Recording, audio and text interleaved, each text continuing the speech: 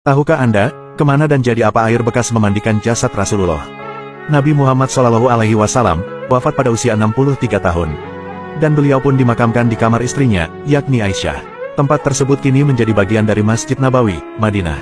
Menurut Ibnu Hashim, saat proses memandikan jenazah Rasulullah terdapat para sahabat Nabi yang turut memandikan, yakni Sayyidina Ali bin Abi Thalib, Abbas bin Abdul Muthalib, Al-Fadl bin Abbas, Kutam bin Abbas, Utsman bin Zaid, Syukran Maulan dan Aus bin Hauli.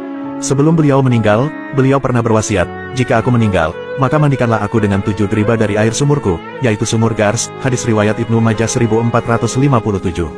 Namun perlu diketahui, kisah ini juga bukanlah datang dari Al-Quran ataupun hadis, akan tetapi dari seorang ulama yang sangat soleh di zamannya. Sehingga, cukup mengambil hikmah dan pengajarannya serta menyerahkan segala sesuatu tentang kebenarannya kepada Allah Subhanahu wa Ta'ala. Pada suatu hari di sebuah majelis pertemuan ulama dunia, seorang ulama bernama Syekh Mutawalli Asy-Syarawi membuat pertanyaan yang cukup membingungkan semua ulama yang hadir. Belum pernah ada pertanyaan dari semua majelis yang hadir, seperti pertanyaan beliau. Saat itu beliau bertanya, kemanakah perginya aliran air bekas memandikan jenazah Rasulullah SAW? Saat mendengar pertanyaan tersebut, seluruh hadirin yang hadir di pertemuan itu terdiam. Sebab, belum ada yang mengetahui jawabannya. Bahkan dalam catatan sejarah sekalipun belum pernah ada yang menceritakan hal itu. Pemimpin majelis saat itu, kemudian berkata, beri aku waktu hingga esok, sehingga aku dapat mencarikan jawabannya. Kemudian pada keesokan harinya, pemimpin majelis tersebut memberikan jawaban atas pertanyaan yang diajukan sebelumnya. Air bekas memandikan jasad Rasulullah itu naik menuju langit, lalu Allah menurunkan kembali ke bumi bersamaan dengan air hujan. Yang dimana air bekas memandikan jasad Rasulullah tersebut turun, maka disitulah berdiri sebuah masjid.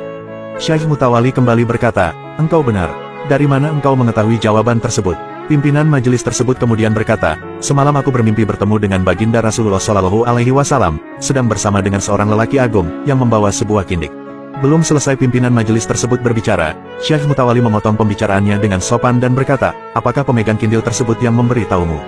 Pimpinan majelis kemudian menjawab, benar, Rasulullah mengisyaratkan kepadanya pemegang kindil tersebut, untuk menjawab pertanyaanku, lalu ia menjawabnya. Lalu bagaimana engkau bisa tahu, bahwa yang menjawab pertanyaanku adalah sang pemegang kindil tersebut?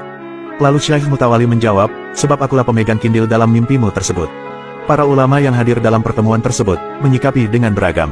Sebagian terdapat mereka yang percaya dan sebagian terdapat mereka yang tidak mempercayai hal tersebut, dan suatu kesempatan lain, juga terdapat seorang jamaah yang bertanya mengenai kebenaran kisah tersebut pada seorang ulama.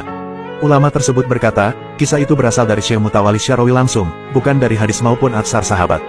Beliau merupakan ulama yang terkenal dengan kealiman dan kesolehannya. Bisa jadi hal tersebut adalah sebuah ilham dari Allah Subhanahu wa Ta'ala.